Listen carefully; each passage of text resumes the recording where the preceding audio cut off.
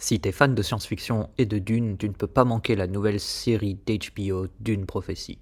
L'heure est venue de conquérir le trône et de protéger l'Imperium. Bienvenue sur Clap de Fin et aujourd'hui on va parler de la nouvelle série HBO Max Dune Prophecy.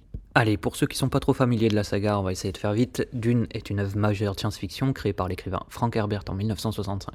En tout, il y a eu 6 livres écrits par l'auteur, mais bon, son fils Brian Herbert et l'écrivain Kevin Anderson ont repris ses notes et ils ont écrit 13 autres livres. Au niveau de l'histoire, on est dans un futur lointain où l'humanité a colonisé plein de planètes et où les grandes maisons se disputent le pouvoir.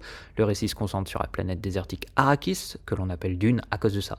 Mais alors pourquoi on s'intéresse à cette planète en particulier? Évidemment, elle n'a pas été choisie au hasard, c'est la seule planète à avoir l'épice, une substance hyper rare qui permet le voyage interstellaire, en plus de donner des pouvoirs psychiques en gros. Donc t'as bien compris, tout le monde en veut, et donc c'est évidemment la merde. Bon, ça paraît simple comme ça, mais on suit l'histoire de Paul Atreides, l'héritier de la maison Atreides, et en fait, il y a une prophétie qui fait de lui plus ou moins un messie. Du coup, la saga, elle se complexifie en abordant des thèmes de la politique, la religion, l'écologie, tout ça, et c'est un récit qui est super bien construit, mais il faut quand même bien s'accrocher pour le suivre. J'ai fait des rêves dernièrement. J'ai rêvé d'une fille sur Arrakis. Je ne sais pas ce que ça signifie. Les rêves font de bonnes histoires. Mais alors, que vient faire la série Dune Prophétie dans tout ça? La série se déroule 10 000 ans avant les événements des films Dune. Elle est basée sur le roman La Communauté des Sœurs de Brian Herbert et Kevin Anderson, et la série suivra donc l'histoire des sœurs Harkonnen et de la création de la secte du Bene Gesserit, une communauté composée seulement de femmes et qui se servent de leur pouvoir pour influencer les décisions politiques et religieuses.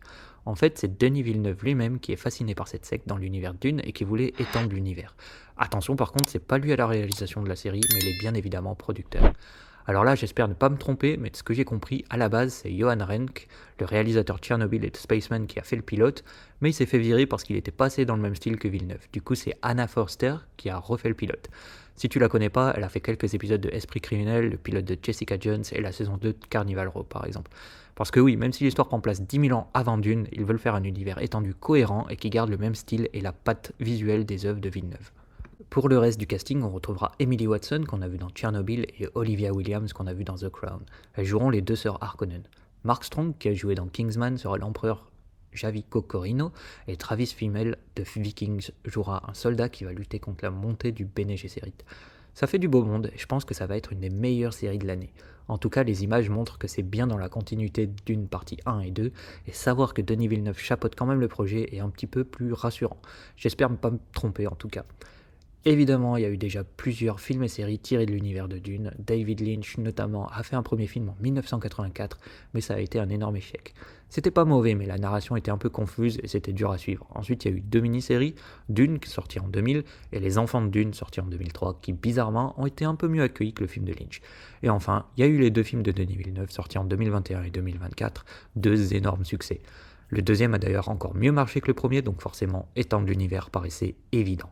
En attendant, la série Dune Prophecy va sortir sur HBO Max le 18 novembre. Ce sera pas tout dispo d'un coup, va falloir attendre une semaine pour chaque épisode.